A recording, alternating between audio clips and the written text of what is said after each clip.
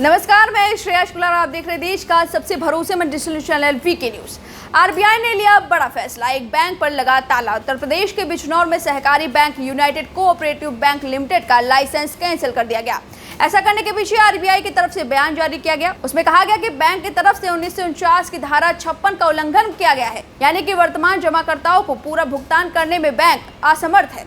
RBI ने कहा, cooperative bank के पास पर्याप्त पूंजी और कमाई की संभावनाएं नहीं है। इस प्रकार यह बैंकिंग विनियमन अधिनियम 1949 की धारा 56 के साथ पढ़ी गई धारा 11 के 1 और धारा 22 के 3D के प्रावधानों का अनुपालन नहीं करता है। बैंकिंग नियामक ने यह भी कहा कि बैंक बैंकिंग विनियमन अधिनियम 1949 की कुछ धाराओं का पालन करने में विफल रहा है।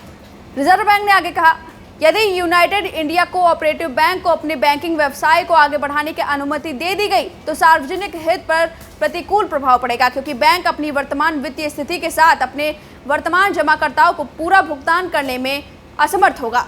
लेकिन सवाल ये कि अब जिन कस्टमर्स ने अपना पैसा इन बैंक्स में जमा किया है उनका क्या होगा। तो आपको बता दें कि आरबीआई ने उन ग्राहकों के लिए भी सुविधा बताई है। रिजर्व बैंक ने बताया कि प्रत्येक जमाकर्ता जमा बीमा और deposit insurance and credit guarantee corporation से 5 लाख की मॉनेटरी लिमिट तक अपनी डिपॉजिट पर बीमा दावा राशि प्राप्त करने के हकदार होंगे। आसान भाषा में समझे तो मेहनत की गाढ़ी कमाई सुरक्षित रहे, इसके लिए लोग पैसे बैंक में जमा करते हैं। लेकिन अगर बैंक डूब जाए या दिवालिया हो जाए तो क्या ग्राहक की पाई लौट आएगी? इसका जवाब है नहीं।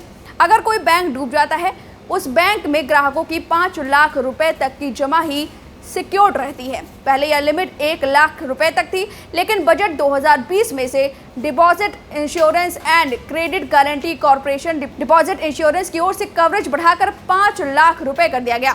अगर किसी एक बैंक में ग्राहक की इससे ज्यादा रकम जमा है तो बैंक के दिवालिया होने पर 5 लाख को छोड़कर बाकी की जमा राशि डूब जाएगी। फिलहाल इस जानकारी पर आपकी क्या राय है, हमें कमेंट करके जरूर बताएं। वीके न्यूज, राष्ट्र के नाम।